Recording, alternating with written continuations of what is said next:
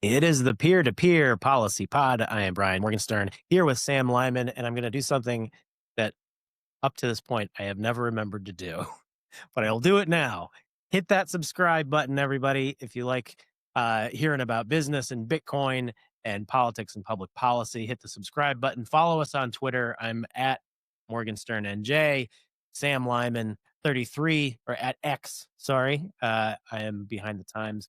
But welcome to the Peer-to-Peer Policy Pod. This week, it will be the first presidential debate of the 2024 cycle where Bitcoin may be a topic, and there are many other timely things to discuss. So, Sam, where should we get going today? Yeah, let's talk about the intersection of, in my opinion, the two greatest memes in the world, Bitcoin and Donald Trump. So, when we first started this podcast, Bitcoin had just blasted through all time highs. We were resting comfortably above $70,000. Things looked great.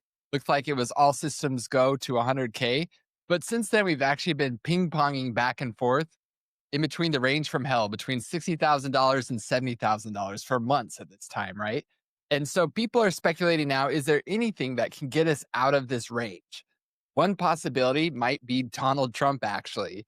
So some analysts from Bernstein, if you wouldn't mind bringing up that article, Dylan, some analysts from Bernstein, which is a pretty well-known brokerage firm, they have speculated that crypto could actually be the beneficiary of the next Trump trade. So for those who don't know, in 2017, the Trump trade describes the huge soar or the huge takeoff in stocks and treasury yields that took place after Trump was inaugurated, with the speculation that he would make the economy great again. So now people are applying that same logic to the realm of crypto, thinking that crypto might benefit from Donald Trump winning election in November. So it could be, according to these analysts, that crypto or Bitcoin and other digital assets and Trump are now all tied together. But Brian, what do you make of this? Do you think that this new Trump trade could be a real thing? Is crypto's future tied directly to Donald Trump at this point? Um, it's possible. It is. Here's the frustrating part. It's going to be virtually impossible to actually tell the causal relationship, but we can make inferences. And one is that, favorable public policy in the US, not just on financial regulations, making it easier for consumers to hold Bitcoin and expanding the pie of potential customers. That, of course, could affect the price positively. Trump has taken a favorable position compared to Biden's, so it could have an impact on price. In the energy sector, Bitcoin miners obviously are highly dependent on cheap, abundant energy. And Trump has taken the position that the US has to be energy dominant. He wants to, drill, baby, drill. He wants to build nuclear reactors. He wants to do everything to create as much energy as possible, in part to service the economy of the future with AI and other data centers that take a lot of energy. But Bitcoin miners would benefit from that, obviously, as well, and participate in that infrastructure build out because Bitcoin miners are flexible loads. So they can help finance build out of new energy and then turn off when the grid needs it. So they can be particularly integral in that build out. And Trump has talked about that. So there are public policies that Trump could usher in that could positively impact the price of Bitcoin. The reason why it's impossible to tell maybe the exact extent is that Bitcoin up till now still remains a bit of a risk asset. It's still sort of I don't know, something that people hold as a small piece of their portfolio to get exposure to it. But when the market has gone down, so too Bitcoin has typically gone down a little bit. It's still been tracking the market slightly. So if the market in general goes up because Trump promises more favorable business policies, you might see Bitcoin go up, and it could be part of that wave.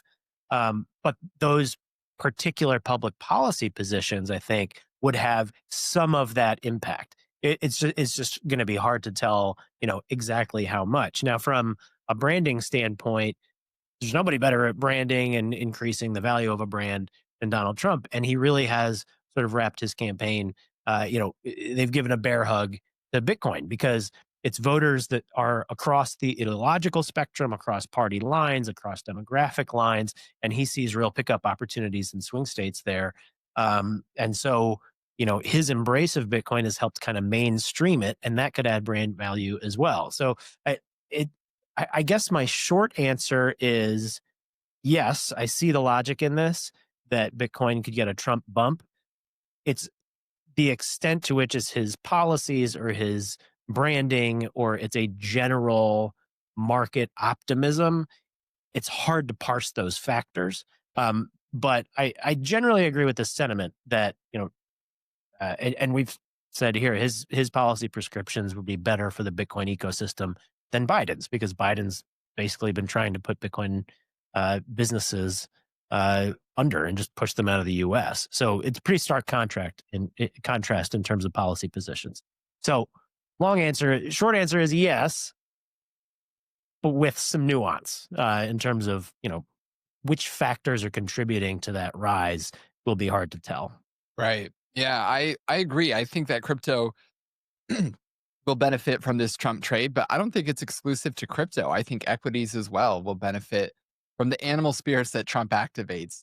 Those were very alive and well during his last administration. And on the campaign trail, he's talked a lot about just the amount of onerous regulations that have been imposed under President Biden. And he's intent on removing a lot of those regulations, I think would free businesses from a lot of the constraints they've been under over the last 4 years and really give them an opportunity to innovate in a way that they haven't before. So it'll be really interesting to see how things play out just this week alone. You can see the markets have reactions in real time to events that take place on the campaign trail, even more so during election day.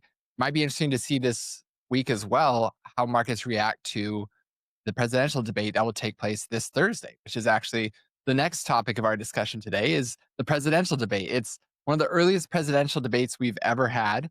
It'll take place this Thursday, June 27th. We're going to have Donald Trump versus Joe Biden. Joe Biden has been locked down in Camp David almost the entire week doing debate prep.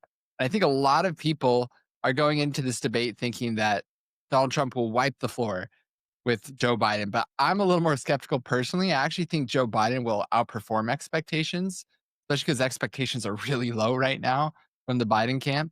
But it'll be really interesting to see how it all plays out. It'll be especially interesting to see whether or not Bitcoin comes up as a topic of debate. So, what are your thoughts on that? Do you think Bitcoin will be a prominent topic during this debate? And if so, how do you think is going to handle that?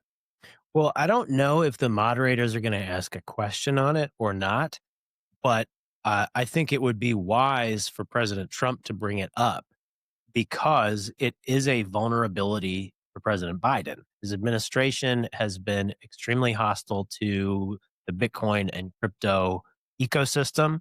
You've seen innovators, sort of self proclaimed techno optimists, have been coming over to the Trump camp because they don't like the tax and regulatory agenda of the Biden administration. So you've seen it, this sort of set of issues be really kind of tide changing for a lot of soft Democrats and independents, and even maybe some kind of softer, more country club type Republicans, I guess, for lack of a better descriptor.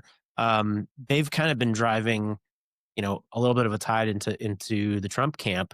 There was a big fundraising event in Silicon Valley with a lot of tech leaders who would have never previously come out for President Trump. Of course, we helped out with a Bitcoin mining event with President Trump, and have been, kind of helping facilitate conversations there to advance the policy discussion. These are people who are not your typical base members of the MAGA coalition. These are new converts, people who Trump has really been welcoming into the fold, and presumably taking away from Joe Biden. So if he has an opportunity to bring up this point, that there are several million voters in swing states who are paying attention to the candidates' positions on Bitcoin and crypto and pro innovation policies. This is a really important issue. And so President Trump may bring it up. I think it would be wise for him to do so. Think about past debates. Let's put it in the context of past debates. if the candidates are targeting their messages at Michigan, for example, they're probably going to talk about making cars and union jobs. If they're targeting towards, other Rust Belt states, they're going to talk about bringing jobs back from overseas, repatriating wealth, to America. Some of these topics that you hear a lot about in presidential debates. Well, now Bitcoin and crypto and innovation more broadly is a big topic, and voters care about, particularly younger voters, people without strong party affiliations. This is a key voting block that's up for grabs. So whether or not there's a question, I think President Trump ought to raise it. We'll be paying attention. We'll be watching to see if it does come up. I hope it does. And this would be a historic milestone for Bitcoin and crypto. And, to make an appearance in a presidential debate, that would be a huge deal. And just another data point on the road to kind of mainstreaming these ideas. So exciting stuff. Can't wait to watch. Yeah, it's the Super Bowl for people who are into politics like us. So I'm looking forward to it as well. And I agree. I think Biden, if he wanted to take the opportunity, could really undo a lot of damage he's done in the last 3 years by being so hostile towards the Bitcoin and crypto community. Whether or not he takes that opportunity, I'm a little skeptical, but we'll see. And we'll see if Bitcoin even comes up as a topic of debate. But if it doesn't at this debate, I think it will at the debate in September, just because it's been such a hot issue on the campaign trail.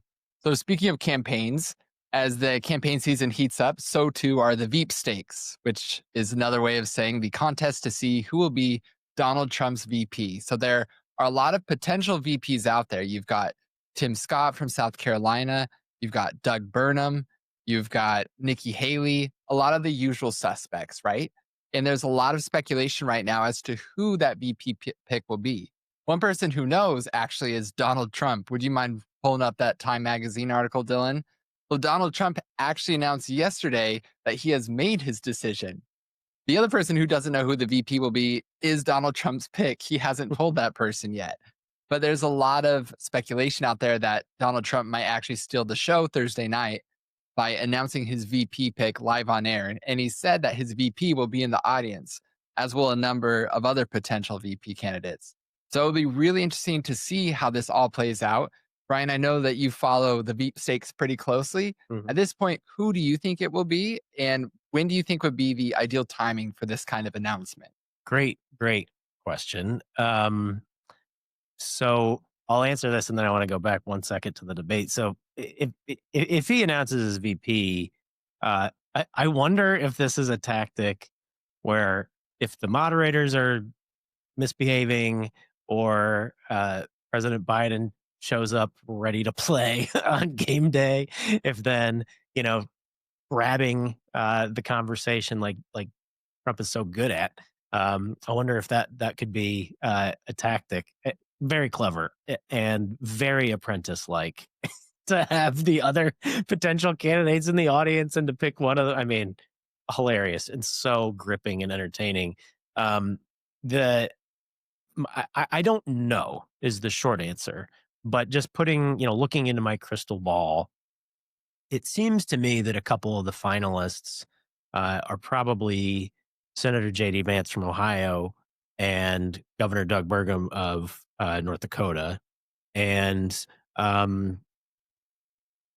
Burgum brings great experience in both the energy and tech sectors, which are two of the most important uh, business areas in this election. He brings, management experience. He's an entrepreneur. He's low drama in that kind of dynamic where, when Donald Trump is the nominee, you can't really have somebody in the VP spot who is going to be trying to like outshine him in some way. That doesn't work. So Doug Burgum is a really good pick because he seems eminently competent and reasonable and just wants to serve kind of the greater cause, less egotistical than a lot of politicians. Um, this is just my impression, my sentiment. So he could make a lot of sense.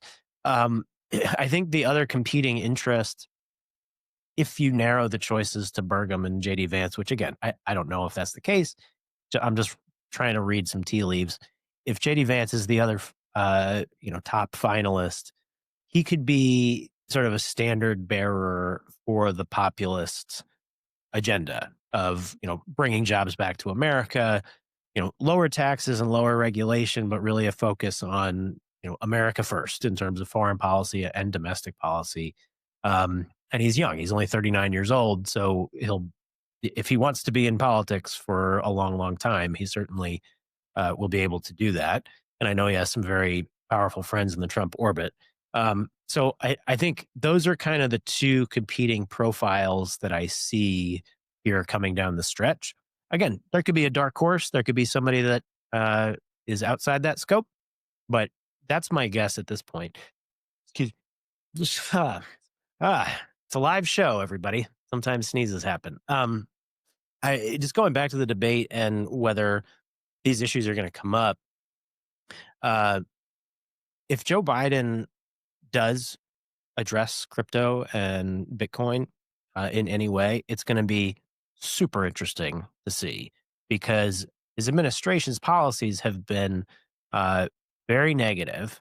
So I'll be curious to see whether he doubles down and, with these sort of myths versus facts, saying, oh, it's only for criminals or it's bad for the environment or whatever these attacks have been against Bitcoin, whether he kind of doubles down on those attacks or if he takes a more conciliatory tone and says, well, we want responsible innovation or, some kind of astroturfed language to sort of gloss over his negative policies to date.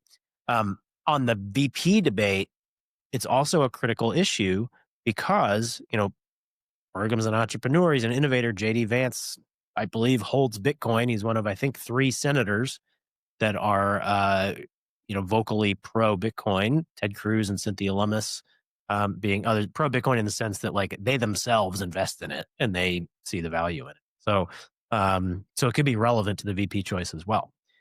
We'll see. What do you think? I don't know. Do you want to put on your look into your crystal ball? Yeah. See what you think? In the early days, I thought that Tim Scott was the likely candidate. And that's because where the Republican Party was weakest in the midterms and in the 2020 election was with white suburban women.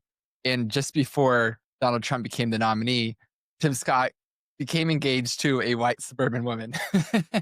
And I think it was true love, to be clear, but also an interesting optics in making a play for that particular demographic. I also think he brought a lot of sort of a different brand than Trump is usually associated with being very um, genteel, very willing to work across the aisle, and just an all around friendly guy. So I thought potentially Trump might opt for Tim Scott to sort of balance out the ticket a little bit and to undercut any Democratic talking point that there wasn't enough so called diversity on the Republican ticket.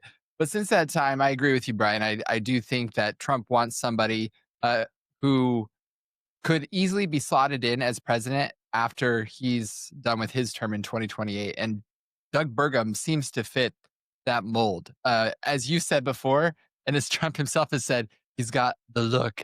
You want to pull up that He's tweet, got the Dylan? look. And when we say he's got the look, as you pointed out, Brian, I mean, he's the spitting image of George Washington. Looks it is uncanny. He is Governor Burgum is like an AI generated image of if George Washington were president in 2024. And as Trump would say, this guy straight out of central casting. He really is. So, and optics matter. I don't believe that would be the reason for picking him, but I think it's an interesting data point for sure. Agreed. Yeah, even the slicked back hair, it's uncanny. And I think the fact that Burgum has executive experience as governor goes a long way as well. I also think it's incredibly symbolic, as you mentioned, that Burgum is so pro innovation when it comes to energy and tech. I think this election will actually mark a sea change in American politics, where the Republican Party will be the party of tech and innovation. Historically, that's been more the Democratic Party. We've had liberal enclaves like San Francisco doing everything they can to get, Barack Obama or Joe Biden elected. But I think more and more they're recognizing that the GOP, with its more libertarian bent, more aligned with policies that help their business grow. So I think Doug Burgum would be a really interesting pick on that front. It would solidify this idea that the Republican Party is soon to be the party of tech and innovation. On the JD Vance front, I also think he's a really interesting choice. He wrote Hillbilly Elegy, which was a book that helped me understand our political landscape back in 2016. For those who don't know, Hillbilly Elegy is a memoir from JD Vance where he talks about his upbringing. He grew up in the manufacturing towns of Ohio that were just hollowed out by globalization and by the offshoring of American jobs. So he had a really rough upbringing, JD Vance. His mom um, really kind of fell into the opioid epidemic, and she had multiple marriages, and he really just came from a broken home. But it was his grandma who took him in and gave him that stability that he needed as a child. He didn't perform that well in high school, but then his grandma helped him turn things around. He joined the Marine Corps after high school. And in the Marine Corps is when he essentially learned how to be a man. He learned how to take responsibility for himself. And after the Marine Corps, where he served multiple tours overseas, he went on to Ohio State University. Oh, excuse me, the Ohio State University, where he got his undergraduate degree, and from there went to Yale Law School. And so he has this fascinating kind of rags to riches story. But what's so interesting about JD Vance is his ability to inhabit both worlds, the worlds of the working class and the worlds of the elite. And having spent a lot of time in elite America, I think he became pretty disillusioned with it. And he saw the hypocrisy that exists with our ruling class, where they run the government, academia, corporations, they run just about everything, but they don't seem to have much a sense of noblesse oblige. They don't seem to have much a sense of what the real needs and hopes and dreams are of working class America. And so I think JD Vance is a really interesting bridge between the elite and the working class, which I think is actually going to be the coalition that will fuel Donald Trump's drive to the Oval Office. So I agree with you. I think it's going to be Burgum or Vance. Tim Scott's my dark horse candidate, but we'll see. I don't think it's going to be Nikki Haley. I don't think the majority of Trump supporters would swallow that. And so it'll be really interesting to see how it all plays out. But then, of course, it could be any of these people. And then you have a lot of runners up who didn't become VP, but who could very well be members of his cabinet. So let's talk about that for a second, Brian. Of those who don't make the VP slot, who do you think would be good for cabinet positions in a Trump administration? Oh, many, many. And I want to touch on the kind of coalition that you're describing. So right around the same time, or close in time to this sort of uh, influential group of the techno optimists, the entrepreneurs, the innovators, the investors from Silicon Valley and elsewhere drifting towards Trump, you have these statistics being reported that Fortune 100 CEOs are not supporting Trump. So, what does that tell you? It tells you that the legacy institutions that have been around a long time want to preserve the status quo. And the disruptors are seeing a little bit of themselves in Trump. At least that's my read on it. Um, and I think you're right. That Trump has been talking for 40 years about uh, how China's eating our lunch, they're taking our jobs, et cetera. And people have felt that. Obviously, I think that was a driving force to his sweep across the Rust Belt in 2016. I think you're seeing that potentially happen again in 2024, but with this added sort of boost from some innovators and entrepreneurs, disruptors. So I think the coalition is we're seeing a bit of a realignment across the country in really interesting ways, where it's really Republican versus Democrat or liberal versus conservative at this point. It's sort of disruptors versus legacy, or the people, if you want to use populism, the people versus the system. And I think that's a lot of why people are drifting towards Bitcoin, because a lot of people are unbanked or underbanked. They're tired of their paycheck being hung up in a bank for 5 days before they can actually access it, or whatever it may be. Um, we've seen a lot of political discrimination, people having accounts closed. Um, we're seeing what's happening with the energy grid. We don't have enough power, and uh, dispatchable power, and some of that is due to the growth of renewables and not as much growth amongst nuclear, natural gas, et cetera. And that affects, of course, jobs in the Midwest and the Rust Belt. It affects innovators in tech who want more energy for data centers, stuff like that. So these interesting, strange bedfellows, I think, are going to play a really integral role in this election. And it's just really interesting that at the same time that this weird coalition is forming, the legacy institutions are lining up behind the other side, behind Joe Biden and the Democrats. So, really interesting dynamics here. So, with that in mind, uh, to address kind of the cabinet picks and stuff, one of the ones that comes to mind is Vivek Ramaswamy, entrepreneur, innovator, pro Bitcoin, um, wants to sort of take the uh, just because he's top of mind, Javier Milei's attitude in Argentina and just start slashing the government because we're spending too much. Um, I'm not sure which agency he'd want to take over. He ran a healthcare company, so maybe HHS. He is big on developing business in the U.S., so maybe commerce. I actually think with his attitude of cutting inefficiency out of the government, he'd be pretty ideally situated for the director of the Office of Management and Budget. Yeah. A lot of people, normies are not really familiar with this. It's an office within the White House, but it's a cabinet level position. The OMB director has tremendous amounts of authority over what new regulations can and can't go into effect. He has review authority over a lot of these things. He can stop things in their tracks. Um, OMB, of course, administers, the president's budget, so he could have a really outsized role in terms of, cutting government inefficiency. I actually think that's kind of the ideal job for Vivek. Um, Others, if Burgum is not the vice president, he'd be a pretty good energy secretary or interior secretary as a governor of, a rural state. We could see, Tim Scott could be, well, he's ranking member on Senate banking, so we could see him maybe as a financial regulator. Um, he's been he's been outspoken on so many issues. He was one of the great authors of the Tax Cuts and Jobs Act and Opportunity Zones. So we could see him uh, in a role maybe administering um, some of those programs. I'm not really sure what agency he fits neatly into. Um, so I do struggle to find which job would be perfect for him, but there may be one. Maybe commerce, maybe that's where he lands, or some other cabinet post, or position within the White House. I mean, he is great at outreach and bringing voters into the fold. We saw Congressman Cedric Richmond go into the Biden administration, the head of the Office of Public Liaison at the White House, an assistant to the president role. It's a very senior role, and your job is basically keep that coalition humming. Go out, talk to people all around the country. I feel like that's maybe a little bit below his rank, but he'd be good at it. Um, so a number of potential positions for him. Um, Marco Rubio could find himself in the administration. I think his dream job is probably Secretary of State. He may have some competition for that role.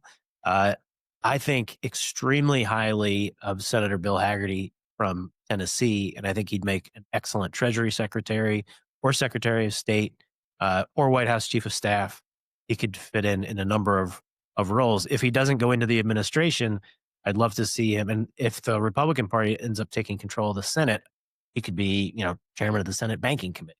That would be another potential role. Also, a potential role for Tim Scott. He's already the ranking member. He could be the chairman of Senate Banking. Highly important position, extremely powerful. That could be, he could stay in the Senate and be a chairman with a lot of authority.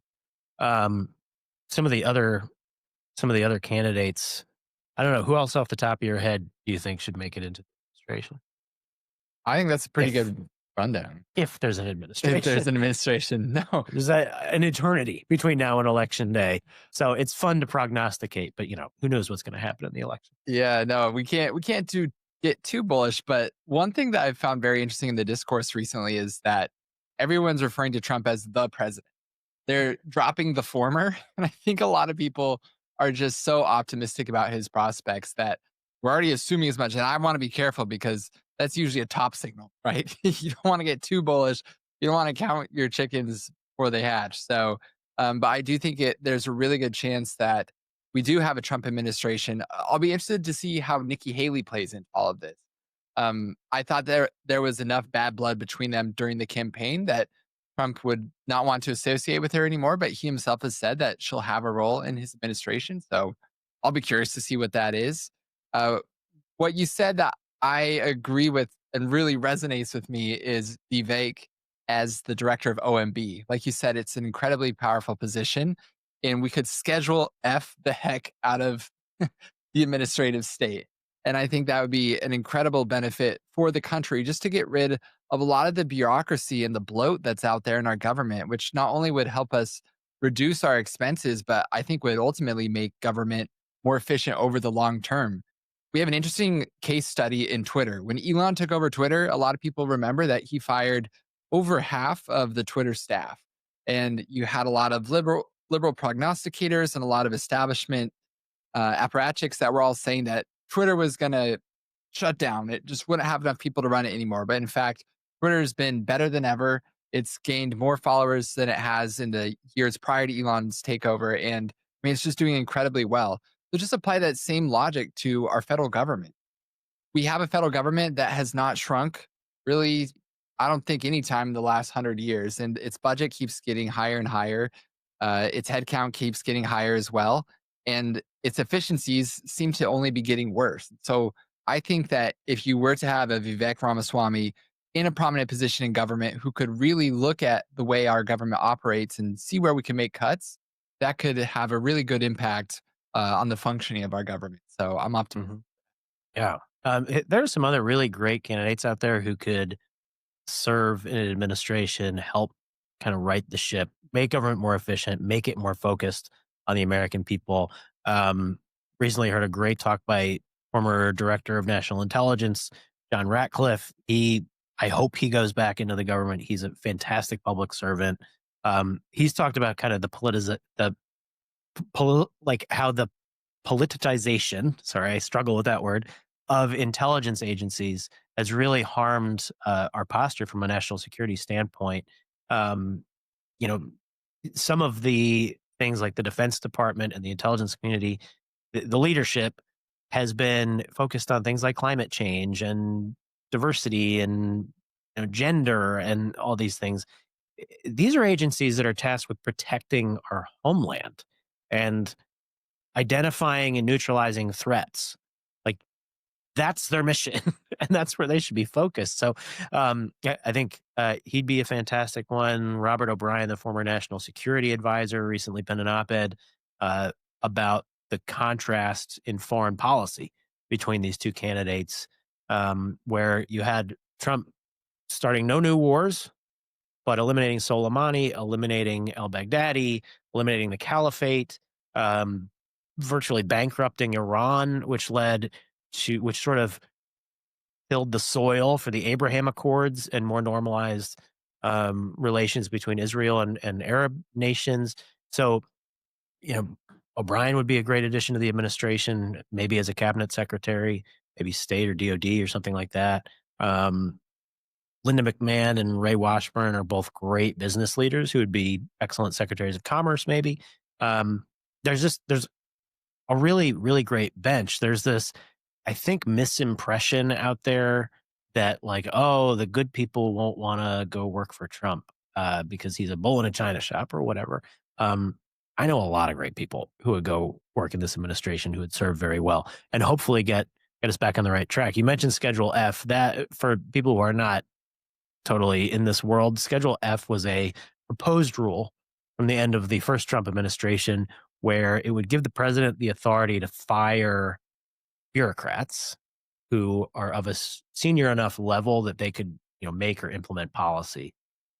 Um, I think I don't know if I agree with this characterization. It's sort of been labeled the Fauci rule. Like, how do you end up with all these middle managers who have just languished there for 40 years, even though they're not good at their job? We need the authority to fire them. Um, I think it's a pretty good policy proposal. Honestly, I think we need to go farther just because of how badly the federal budget is right, is performing right now. We've talked about this on this podcast. Debt, servicing the debt, national defense, Medicare, Social Security, just those programs cost more than the tax revenue we are collecting. So if we only had those and nothing else, we would still be running deficits. So you want to know why we have out of control inflation? That's it. So we need radical change at the federal level in terms of getting our budget under control. Schedule F would be a great tool. It's not nearly enough, in my opinion. So we need some really innovative, strong leaders to come into the government, no matter who's in charge. So I'm optimistic, cautiously, but we'll see what happens. Yeah. Be fascinating to see how it all plays out.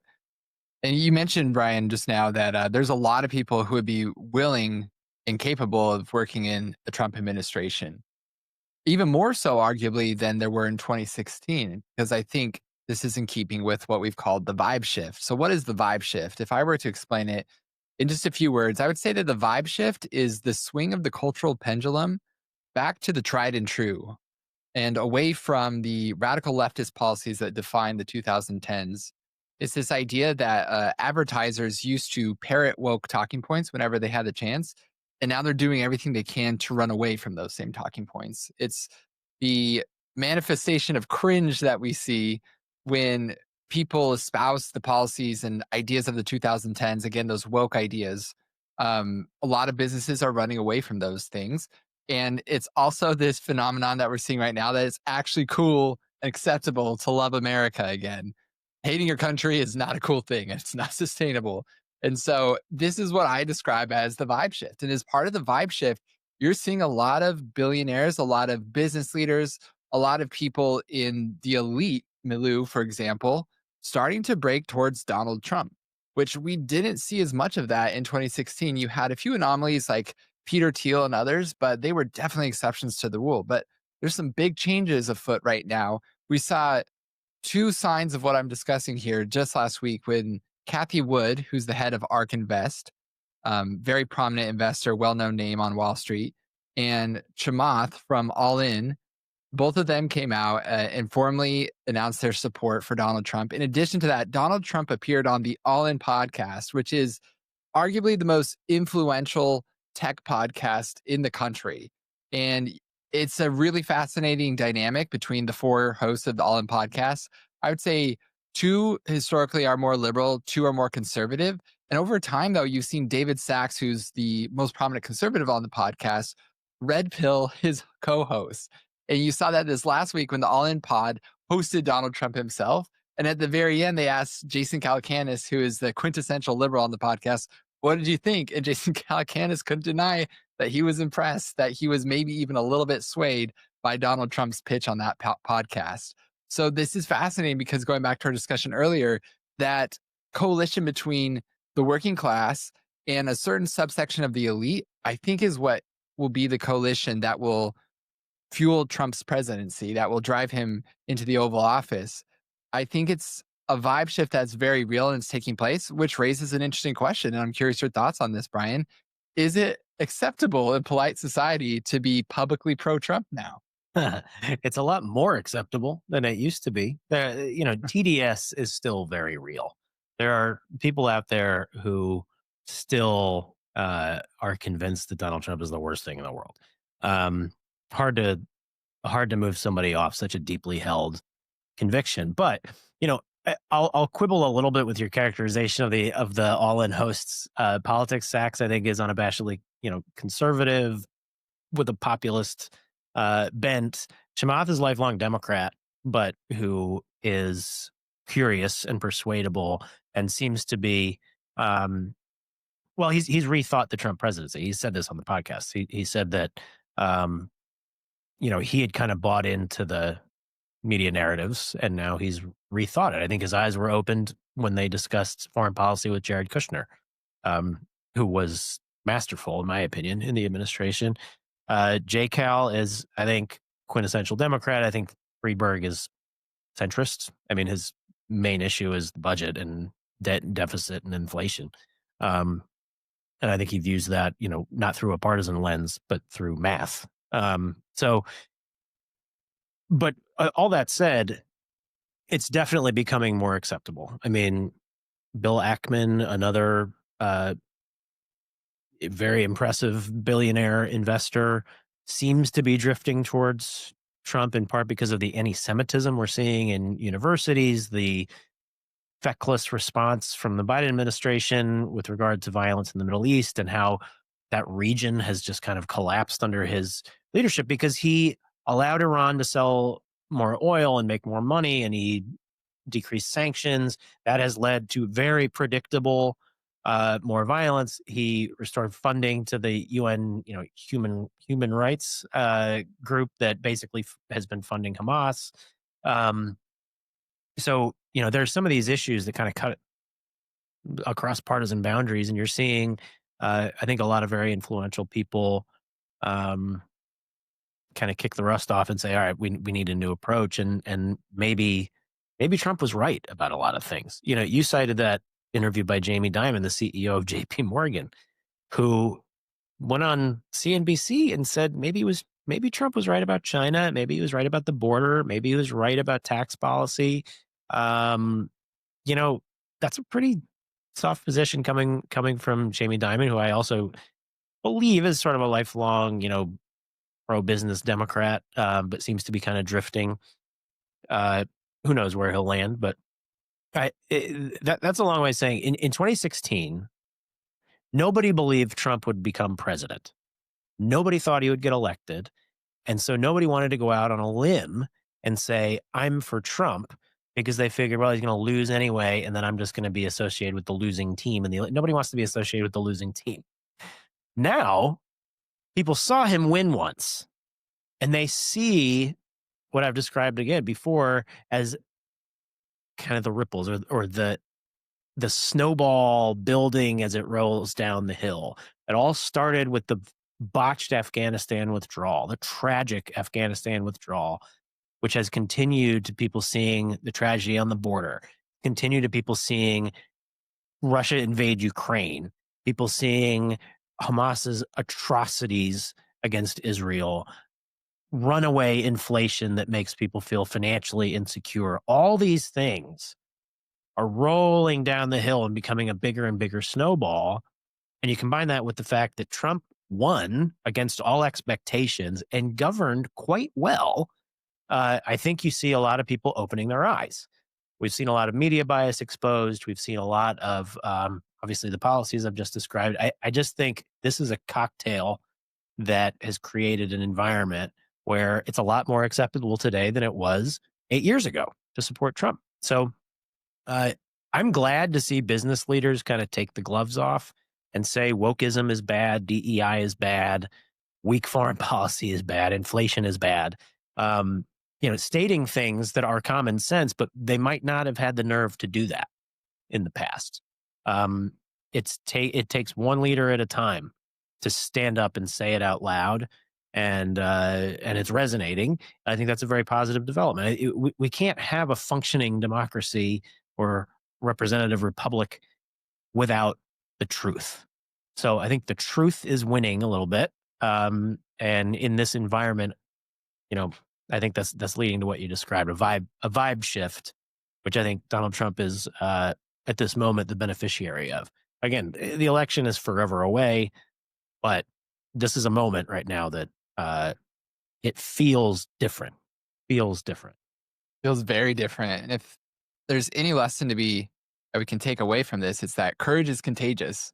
All it takes is one or two people in the elite class standing up for a lot of their friends to do the same. And I think you also touched on something interesting earlier in the episode, Brian, which is um, what I like to describe as kind of a cold civil war going on amongst the elites right now, where you have the disruptors, people in Silicon Valley, those who started their own companies, and the defenders of the status quo. Another way of framing that might be the founders versus the CEOs, those who built their companies from the ground up versus those who inherited a CEO position and might be excellent managers, but don't have the same skin in the game as those whose business is their baby. And I think in the former category, a lot of those people are the ones who are coming out in support of Donald Trump. The establishment be damned, right? Because they recognize that this guy is a disruptor. He's someone who's not satisfied with the status quo, and he's someone who will take away regulations that are hamstringing our businesses and hampering innovation. And so it will be really fascinating to see who else comes out over the next few months in support of Trump. I do think that it might be a trickle that will develop into a waterfall because I do think he's going to win this November. But again, like you said, it's pretty far away still. We got several months to go. So it'll be fascinating to see how it all plays out. Yeah, for sure. Well, as we said, it's the disruptors versus the legacies. It's the people versus the system. Uh, you got the Rust Belt and Silicon Valley locking arms uh, for the first time in our lifetime. So, really, really interesting dynamics with founders and union workers, sort of versus Fortune 100 CEOs on the other side. Um, really, really, I mean, I didn't really see things going this way, but here we are. And I think it's really exciting to watch. Realignments every so often are healthy for the country. So excited to see the next few months. Yeah. Let's close today with our grab bag section. Speaking of disruptors, Yeah. I know you're a big fan of Milei down in Argentina. So, what do you have for our grab bag today, Brian? Yeah. So our uh, libertarian punk rocker style president in Argentina. I think the number one issue, if you ask the American people today, my guess is that inflation is probably top of mind because it affects their pocketbooks the most. It's certainly top of my mind. I mean, I've seen extreme inflation over the last few years. One estimate was the dollar's lost 25% of its value just since 2020. It seems pretty accurate to me. Larry Summers did some analysis, former Treasury Secretary for President Obama, did some analysis. I think he was looking at it in the 18 to 20% range as well. Uh, and that's because the federal government currently doesn't measure inflation very well. They've taken really core elements out of it, like mortgage rates, I believe fuel costs are in there. Some things that have really risen quite a bit. So when you factor in the stuff that people have to buy every day, inflation is really pronounced and it is weighing on people's minds. Well, how do you stem inflation? One of the key ways that I think virtually every economist would agree is if you cut government spending, if you stop printing so much money, if you make dollars more scarce, and the value of those dollars is likely to go up, uh, versus which increases, your purchasing power. And so we have an experiment going on in real time in Argentina where President Milei was elected on a promise of slashing government, and he has done that. So, Dylan, why don't we pull up the graphic there? I love the picture. President Milei holding up a chainsaw. He has famously said he's just going to go in there and chop, chop, chop. He eliminated like half of the agencies out of his federal government. That included a department that was charged with administering DEI programs and other things of that nature. And Argentina's seen for the first time in decades, inflation has sort of stalled out. The cost of food has leveled out. His country's currency is stabilizing. He's also very pro Bitcoin. Has talked about it as returning, money to where it originated, which is the private sector.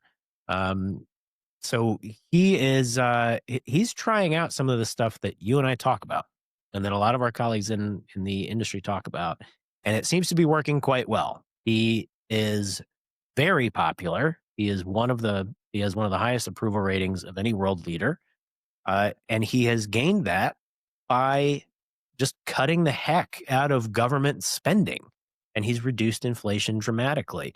And his country is getting stronger relative to its neighbors who have more left, socialist governments with higher spending. So he is, I think, sort of proof in the pudding here that what America needs to do next is to cut, cut, cut the government to get inflation under control and make people more financially secure. Stop taking money out of the economy and feeding the bureaucratic beast with it, but rather have more money in the private sector so that we can create new value and increase purchasing power for Americans. So, wanted to give a shout out to Javier Milei, who seems to be doing a great job down in Argentina, and we should take notice here in the U.S.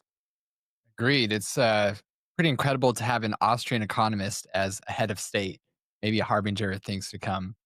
So will be really interesting to see how this all plays out, and we'll be with you every step of the way. One more reminder to like and subscribe if you like what you've heard here today. And I think that about closes things up for today. Yeah, like and subscribe. Follow us on X at MorganSternNJ, at Sam Lyman33, and a very happy anniversary to my wife, Teresa. I will see you home tonight. We'll have a great dinner and celebrate. Thanks for watching, everybody. We'll see you next time.